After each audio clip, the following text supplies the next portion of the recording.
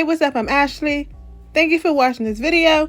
And today, we're going to be talking about Candy, episode 2. And let's get started. Now, let's first get into how something seems off about Betty. I don't know exactly what it is, but she could be just as crazy as Candy. She's not only clingy and short-tempered, she's an outcast too. They never include her in that little church friend group they have. She's always left out and ends up just standing in the corner over there by herself. Some kids egged her house one night, so the next day she gave her whole class detention because she said that one of them had to do it. So she punished everybody. And when her boss called her to the office because she got in trouble for that because she's been getting multiple complaints, this was the last straw. He fired her.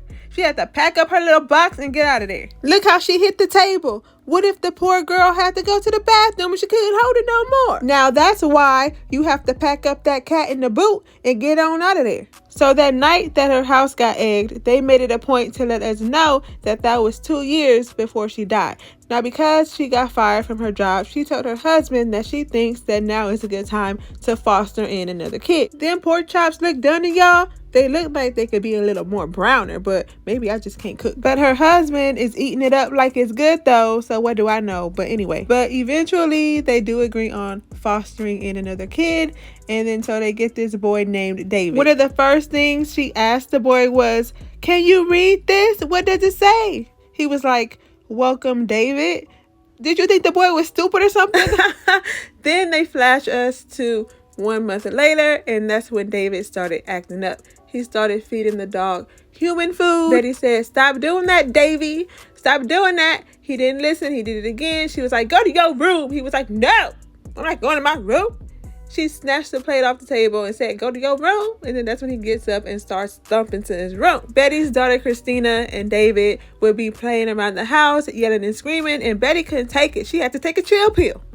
Then she tried calling her husband because he's away at work, but he didn't answer the phone because she's always calling. He's tired of her always calling him and wanting nothing, saying the same old thing. Why you gotta go to work? Why they got you working today? So he left the phone ringing and walked right out the door.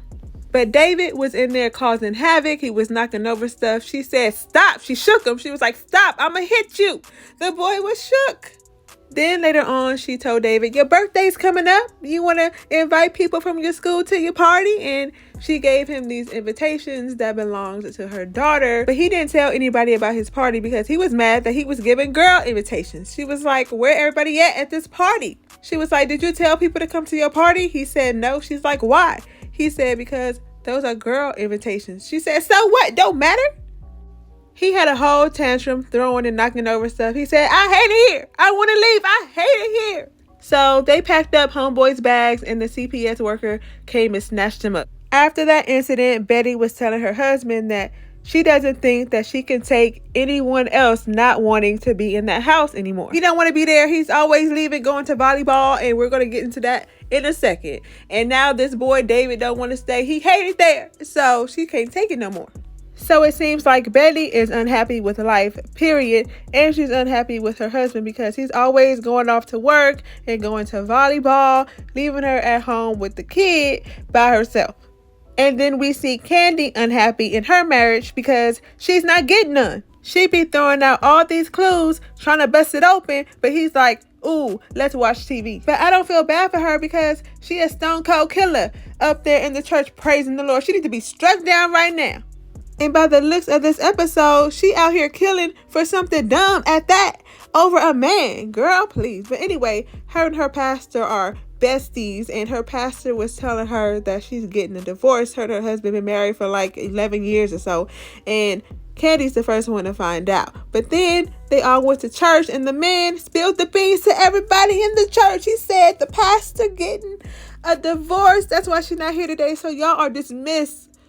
Go out and watch the Grease movie. Go do what y'all want to do today. We ain't gonna be no church today. Candy is a horny creep. She was staring down the pastor and her new man at volleyball. I was like, do she want the pastor? But no, she was just wishing and hoping that she was getting her butt slapped too. Candy told her friend, the pastor, "Let me know everything about your sex life. I want to know everything. Y'all gotta be getting it in the way y'all was acting at volleyball practice." I said, girl, mind your business.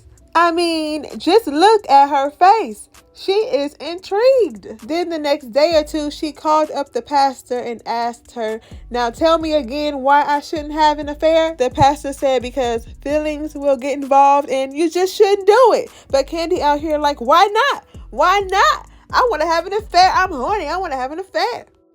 So Hornball Candy put on a whole face of makeup to go play volleyball. She put on her mascara, her lipstick, just to sweat it all off. And while they were playing, she was looking at the men up and down, just visualizing, imagining. With her short shorts on and her panty line showing, she was about that life. So after the game, she had the audacity to hop up in Alan's car, Betty's husband, and told him, I find you attractive and I want to have an affair, and then she kisses him. First of all, why is the door unlocked? That's how you get robbed and into situations. The door should be locked. So I know that this is only episode 2, but I have a feeling that the reason why Candy killed Betty is over this man, Alan. Girl, a man? Was it that good? What about your kids? What about your life? What about Jesus? And then after this scene, we see her in court and she got her hair straightened. Did she think if she straightened her hair, it would get her out of it? Maybe they'll think I'm not crazy if I straighten my hair. And it looked a lot fuller and healthier, unlike her. But y'all let me know what y'all thought about this episode in the comments. And don't forget to like, comment, and subscribe if you haven't already and want to see more videos like this. Thank you for watching this video, and I'll see you in my next one.